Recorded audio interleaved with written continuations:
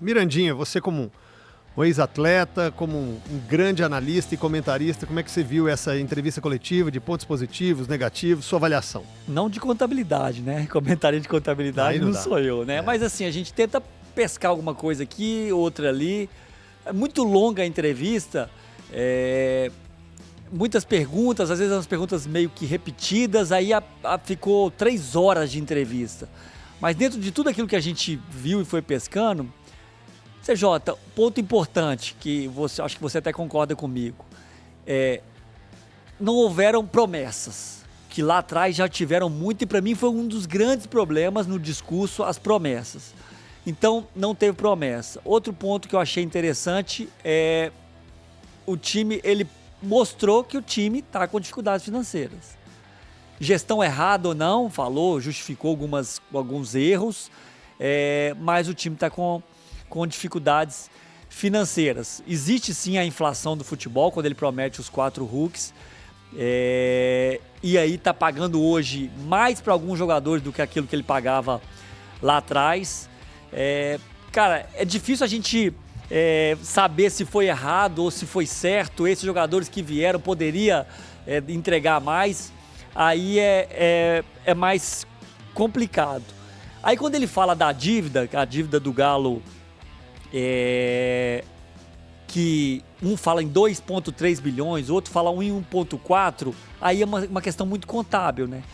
Ele não está considerando os valores que eu vou receber ainda, mas já considera os jogadores que eu comprei, mas que eu vou pagar parcelado. Então também faz sentido.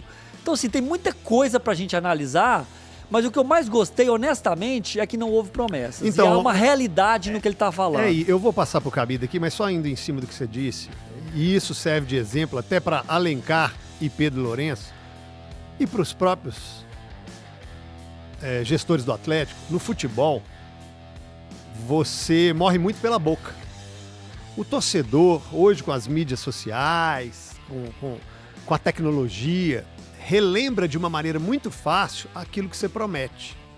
O que eu mais gostei da entrevista é que foi pela primeira vez eu não vi prometer nada. Eu vi trabalhar a realidade, mostrar para o torcedor como está o cenário hoje e não prometer 4 Hulks, dívida paga em tanto tempo. Você pode questionar, mas não teve planejamento, CJ. Não mostrou que a dívida vai ser paga. Para quê? Para chegar daqui a 5 anos e as coisas mudarem, como o mercado mudou, taxa Selic mudou, juros mudou, e aí a gente cobrar que o planejamento saiu, escapuliu. A minha opinião, gente, eu vou apanhar, mas muito. Eu não tô nem aí, eu já tô passando mal mesmo. Vai lá no @CJOficial, vai no CJoga Oficial, que a minha opinião, cara, que se não fosse essa diretoria do Atlético, o Atlético fosse acabado, estaria quase acabado. Passador de pano! Pode falar o que vocês quiserem. O Rafael Menin nem me conhece, deve me ouvir aqui pela 98, porque a audiência é muito boa. Não sabe quem eu sou. Eu nunca conversei com o Rafael Menin. Eu nunca conversei com o Rubens Menin, nem tive a oportunidade de entrevistá-los. Acho que eles erraram muito, como eles falaram aí, mas acho que eles acertaram demais. E preocupa-se muito em só ganhar no futebol. E só ganha um. A bola entrava, você disse isso aí há um mês atrás. Se o Atlético tivesse nesse Super Mundial, seria a melhor gestão. Se o Atlético tivesse... Gente, erraram em falar, erraram em prometer, erraram em um monte de coisa. Um monte de coisa. Mas eu que as dívidas vejo quitadas, né? Muitas qualidades nessa gestão, que às vezes eu não vejo nos comentários virtuais, tá? Pode ir lá bater, pode ir lá discutir, questionar. Quero saber sua opinião, Cabidão. Então, CJ, a gente tá falando aqui de uma situação que não é nenhuma novidade quando se trata de Atlético, né? Ao longo da história, principalmente ali no início dos anos 90, o Rafa tá aqui do meu lado para me deixar enganar, é uma situação que foi meio que recorrente em relação ao Atlético. E aí a gente lembra, né, das falas importantes do Alexandre Caio à época, dos Isa Valadares, sobre a questão do endividamento do Atlético. O que me assusta, efetivamente, é que no ano de maior faturamento do Atlético, a dívida aumentou. Gente, no ano de maior faturamento da história do Clube Atlético Mineiro, a dívida aumentou. E aí, fazendo projeções futuras, eu não consigo enxergar o Atlético não trabalhando com grandes aportes financeiros Não, nas ele próximas precisa de um temporadas. aporte. Se não, Se vai ser feito por terceiros ou pela família. E o próprio Rafael Menin, ele deixou claro que o Atlético é um paciente em estado terminal, né? Praticamente usando as mesmas falas do Ronaldo quando ele pegou o Cruzeiro da situação que estava de SAF. Ele falou que era estado terminal, Isso. foi pro CTI e hoje ainda é grave. E ainda é muito grave. E Então, aí não assim, tem evolução?